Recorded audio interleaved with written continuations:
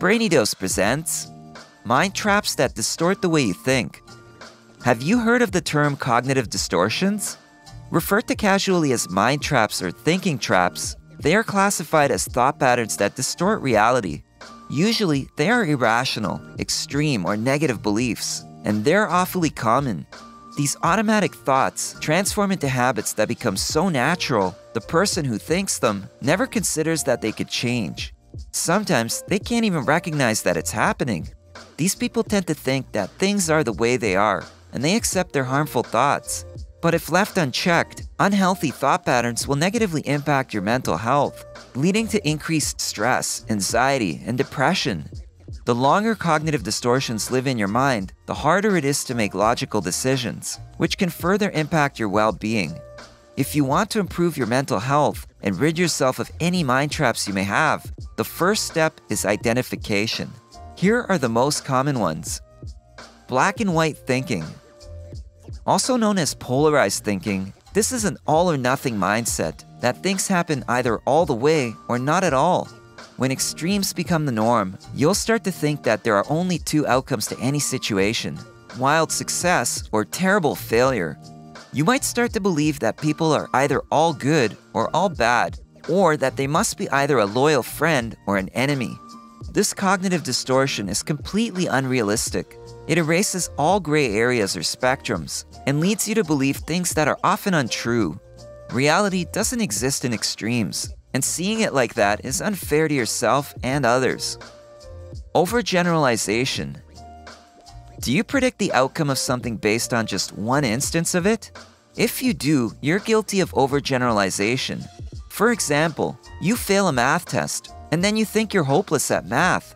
Or you mess up a job interview, and then think that you'll never be able to land a job. Mental filtering. When you ignore the positives and ruminate on the negatives, you're mentally filtering your perception of reality. Let's say, for example, you get feedback on a project. Do you look at the whole picture, celebrate the compliments, and choose to grow from the criticism? Or do you mentally filter, hone in on the criticism, and feel bad about it? This way of thinking is inaccurate, and it can increase anxiety levels and worsen symptoms of depression. Always being pessimistic about yourself, the world around you, and the future can make you feel hopeless. Discounting the positives. Similar to mental filtering, not taking responsibility for the good things in your life is a form of negative bias in thinking. This thought pattern is different than ignoring or overlooking the positivity in your life. Instead, when good things happen, you might believe that it was luck or explain it away as circumstance. When you don't acknowledge that your success is yours, you'll start to feel a lack of control over your life. If you fail to recognize how your hard work, good decisions, and skills help you accomplish your goals, your levels of motivation will decrease over time. This is known as learned helplessness. Jumping to conclusions. There are a few ways we jump to conclusions and decide that we know the full picture, when really, we've only seen a small part of it. One of the most common forms is fortune telling. This cognitive distortion occurs when you predict negative outcomes with almost complete certainty when you don't have evidence to back it up. One instance might be if you don't hear back from your partner in an hour or two. You conclude that your relationship is doomed and predict that they're going to break up with you. Another way that people jump to conclusions is mind reading. This happens when you assume what someone else is thinking. If you get a weird look from someone, you might automatically assume that they don't like you or that they're judging you, when in reality, they might not be thinking about you at all. Jumping to conclusions usually disregards the facts and leads you to assume the worst. Magnification and minimization. Have you ever heard your parents tell you that you're making a mountain out of a molehill? Essentially, that's magnification. This cognitive distortion makes things out to be much worse than they actually are. Minimization is the opposite. That's when you take something that's a big deal and pretend like it's nothing. This mind trap alters the significance of events. A small mistake might be blown out of proportion, or success that deserves celebration may be dismissed as unimportant. Usually, the negatives grow and the positives shrink. Magnification and minimization are especially common in people with chronic anxiety and those who experience panic attacks. Fears increase in size while healthy coping skills are minimized. Emotional reasoning. In contrast to logical reasoning, emotional reasoning works on the premise of, if I feel it, then it's true. The problem is that our feelings aren't always an accurate indication of reality. When someone experiences this cognitive distortion, they believe their feelings without question.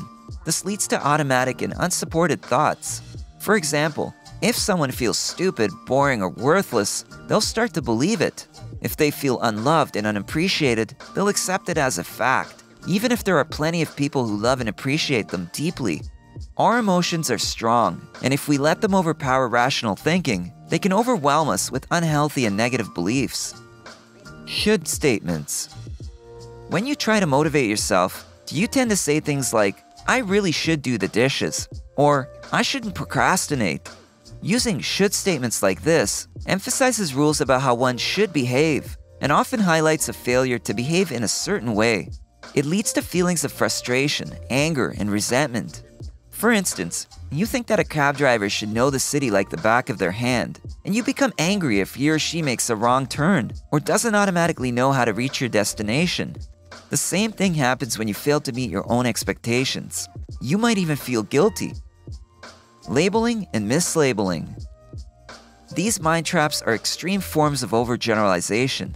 When you label, you use a few minor events, experiences, or behaviors to judge someone's character.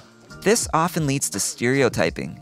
For example, you see someone tipsy a couple of times, and you label them a drunk.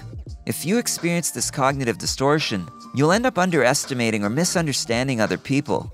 We might also mislabel ourselves with unjust over-exaggerating. When you use intense emotional language toward yourself in an undeserved way, you'll end up berating yourself or ruminating. One example of this is calling yourself repulsive or disgusting after eating fast food while on a diet. Personalization and blame. This last mind trap is one of the most common. Personalization is when you take things that have nothing to do with you personally. Blaming yourself for circumstances that are out of your control is one form of personalization. When you do this, you see events that are not connected to you or caused by you as your fault. You might also engage in this cognitive distortion with other people by assuming that they are excluding, targeting, or judging you.